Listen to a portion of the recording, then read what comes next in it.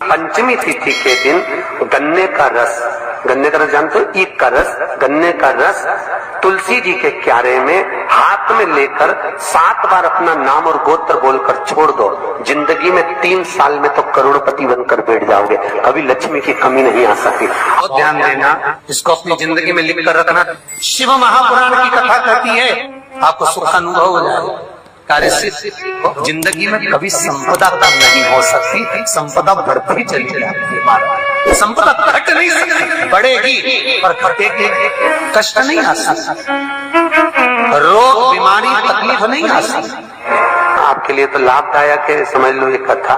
शास्त्र कहता है कि जिसके घर में संपदा की कमी हो, पैसा आ ही नहीं रहा हो, सब दूर उलझ गया हो, बहुत टेंशन चल रहा हो, पंचमी तिथि के दिन गन्ने का रस जानते हो, ईख का रस, गन्ने का रस तुलसी जी के क्यारे में हाथ में लेकर 7 बार अपना नाम और गोत्र बोलकर छोड़ दो। जिंदगी में 3 साल में तो करोड़पति बनकर बैठ जाओगे, कभी लक्ष्मी की कमी नहीं आ सकती। तैयारी में बैठे रहोगे कि फिर पंचमी तिथि आए, फिर मैं गन्ने का रस डाल। अगर रजोधर्म की अगर कोई बीमारी है, उससे जुड़ी हुई कोई बीमारी है, कहीं गांठ पड़ गई है, तो उसके लिए भी शिव महापुराण की कथा कहती है कि जो भी रुद्राक्ष आपके पास में हो, सिद्ध करा हुआ, उस रुद्राक्ष का जो मंत्र 1 मुखी से 14 मुखी तक, रुद्राक्ष आपको देखना पड़ेगा कि आपके हाथ में कौन सा रुद्राक्ष आया, 1 मुखी है, 14 मुखी है, 4 मुखी, 6 मुखी, 5 मुखी, जो भी रुद्राक्ष आपके हाथ में आया, उसका मंत्र पढ़कर उसको पानी में गला दीजिए तांबे के कलश में। सुबेरे सुबेरे उसका पानी पीना, उस मंत्र को पढ़कर चालू कर दो। शरीर में जो गांठ होगी वो धीरे धीरे गलना प्रारंभ हो जाएगी, गांठ गलना प्रारंभ हो जाएगी,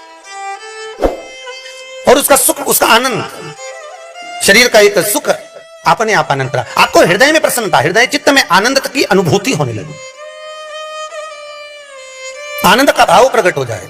महाराज पहले भी कहा, फिर कहते हैं, सबसे कठोर लोहा, लोहे से कठोर अग्नि, क्योंकि अग्नि लोहे को गला देती है, और अग्नि से कठोर होता है पानी, जो अग्नि को बुझा देता है, और पानी से कठोर होता है मनुष्य, जो लोटे में भर के डकार जाता है, और मनुष्य से ज्यादा कठोर होती है बीमारी, जो मनुष्य को ही निगल जाती है, और बीमारी से भी ज्यादा कठोर होता है मेरा कालों का काल महाकाल, जो बीमारी को ही निगल जाता है।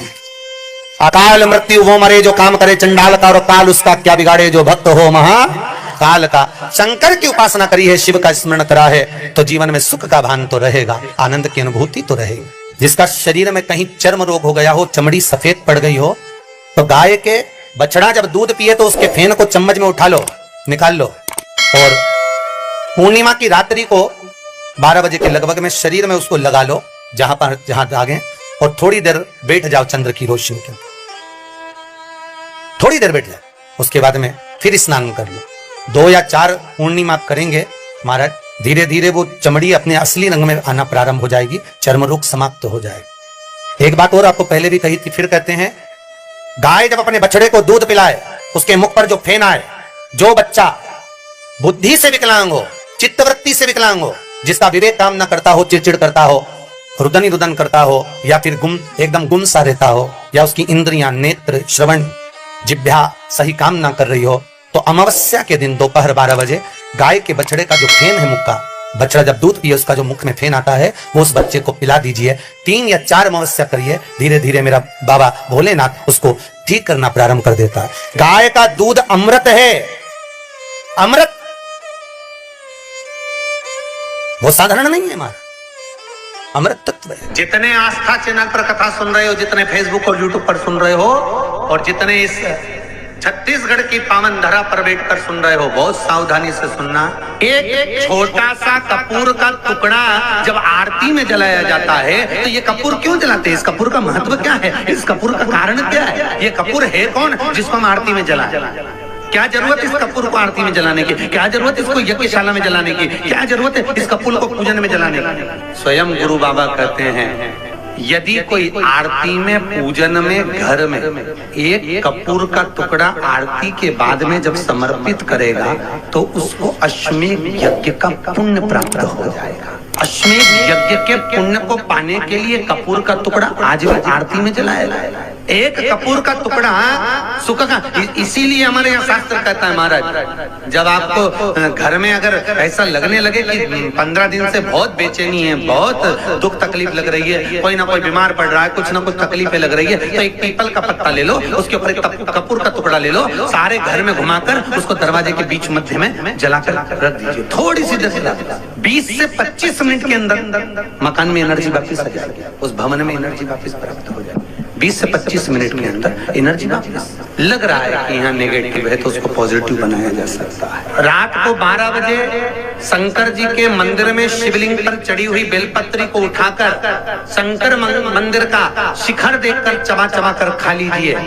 आपके पाँव के घुटने बदलने की जरूरत नहीं पड़ेगी, ऑपरेशन की जरूरत नहीं पड़ेगी, ग्रीस वापिस बढ़ जाएगा और ये तुम लोग जो कुर्सी पे बैठते हो वापिस नीचे बैठना चालू कर दो, जरूरत ही नहीं पड़ेगी। घुटने के दर्द और कमर के दर्द के लिए सबसे अच्छी चीज। बच्चे जो 12th का एग्जाम दे रहे हैं, IIT की तैयारी भी कर रहे हैं, उनसे निवेदन है कि अपने बच्चों के लिए आपको प्रथम कथा में भी वर्णन किया है कि जब बच्चा एग्जाम देने के लिए जाए, एक काली मिर्ची शंकर भगवान के शिवलिंग पर समर्पित करना है, दूसरी काली मिर्ची दरवाजे की चौखट पर रखना है, अपना उल्टा पांव रखकर घर से निकल जाना है। उस बच्चे को उन्नति की ओर बढ़ जाएगा, एग्जाम में पास हो जाएगा, अच्छे नंबर प्राप्त करेगा, उसकी चिंता ना करे, वो जरूर करेगा।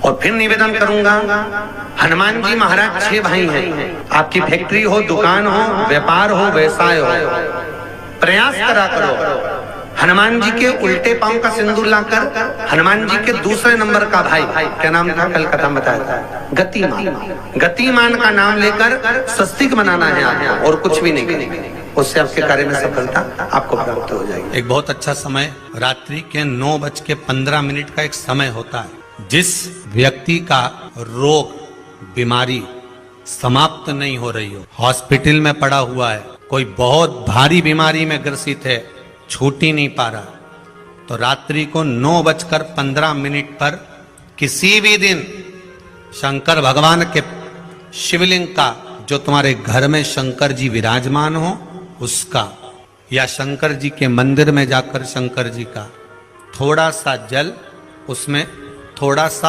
आंवला पड़ा हुआ, मतलब आंवले के पानी से शंकर का अभिषेक पूजन कर लीजिए। उसका नाम लेकर कर लो जो रोग से ग्रसित हो।